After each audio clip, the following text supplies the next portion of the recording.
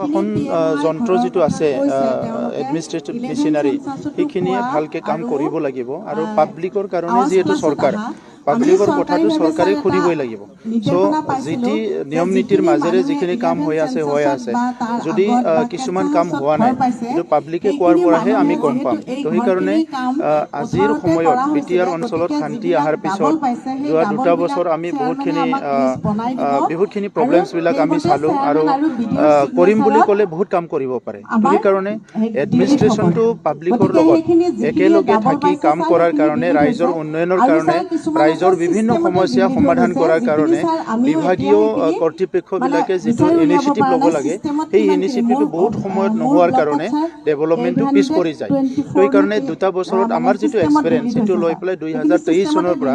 আমাৰ চৰকাৰখনক আমি খুব এফেক্টিভলি কেনেকৈ গভৰ্নেন্সটো দিব পাৰোঁ প্ৰশাসনটো কেনেকৈ খুব এফেক্টিভলি কৰিব পৰা যায় ইয়াৰ এটা ইনিচিয়েটিভ আজিৰ পৰা আৰম্ভ হৈছে এইটো হ'ল জনতা দৰবাৰ আৰু এইটো সমগ্ৰ বিটিআৰ অঞ্চলত প্ৰত্যেকটো জিলাত এইটো হ'ব আৰু ইয়াৰ পিছত আকৌ ইয়াৰ পিছত নেক্সটটো আৰু মাইক্ৰ হ'ব য'ত নেকি গাঁওবুঢ়া থাকিব গাঁৱৰ প্ৰেচিডেণ্ট ছেক্ৰেটাৰী থাকিব তেখেতসকলৰ লগত আমাৰ যিটো বিষয়াসকলে বহি কথা পাতিব লাগিব যাতে ৰাইজৰ সৰু সৰু সমস্যা যিটো নেকি বিডিঅ সমাধান কৰিব পাৰে ছ'চিয়েল ৱেলফেয়াৰৰ কোনোবা এজন বিষয়াই সমাধান কৰিব পাৰে ক'ৰবাত এটা অংগনবাদী চেণ্টাৰৰ সমস্যা আছে ক'ৰবাত এটা সমস্যা আছে ইৰিগেশ্যনে সমাধান কৰিব পাৰে কিন্তু এইটো তেখেতসকলে নকৰাকৈ বহি আছে PWDত কিবা এটা সমস্যা আছে তেখেতসকলে অলপ চেষ্টা কৰিলে সমাধান কৰিব পাৰে এই গোটেই বস্তুটো চোৱাৰ কাৰণে এইটো এটা ইনিচিয়েটিভ আৰু আমি আগতে ইলেকশ্যনৰ সময়ত কৈছিলোঁ যে UPPL বিজেপি যিটো চৰকাৰ আহিছে আমি সেই সময়তে কৈছিলোঁ যে এইটো জনতাৰ চৰকাৰ পাব্লিকৰ চৰকাৰ গতিকে চৰকাৰখন কমপ্লিটলি পাব্লিকৰ ওচৰত লৈ যাবৰ কাৰণে আমি চেষ্টা কৰিছোঁ শিক্ষকসকলৰ নিযুক্তিটো বহুত আগবাঢ়ি আছে বাকী নিযুক্তিৰ যিটো কথা আছে তাত বহুতখিনি খেলিমেলি আছিলে এতিয়া আমি চব ঠিক কৰিলোঁ আমাৰ SIO দিয়া হ'ল আমি এনাদাৰ 5 দিনৰ ভিতৰত আমি এডভাৰটাইজটো দিয়াৰ কাৰণে গৈ আছোঁ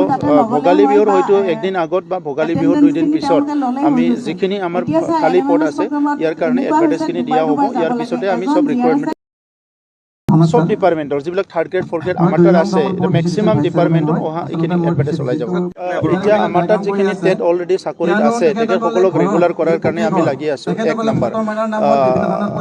2 নম্বৰ কথাটো হ'ল কি যিখিনি আমি টেট পাতিম আমাৰ যিখিনি ভেকেণ্ট পোষ্ট ইয়াৰ ওপৰতহে আমি টেটটো পাতিম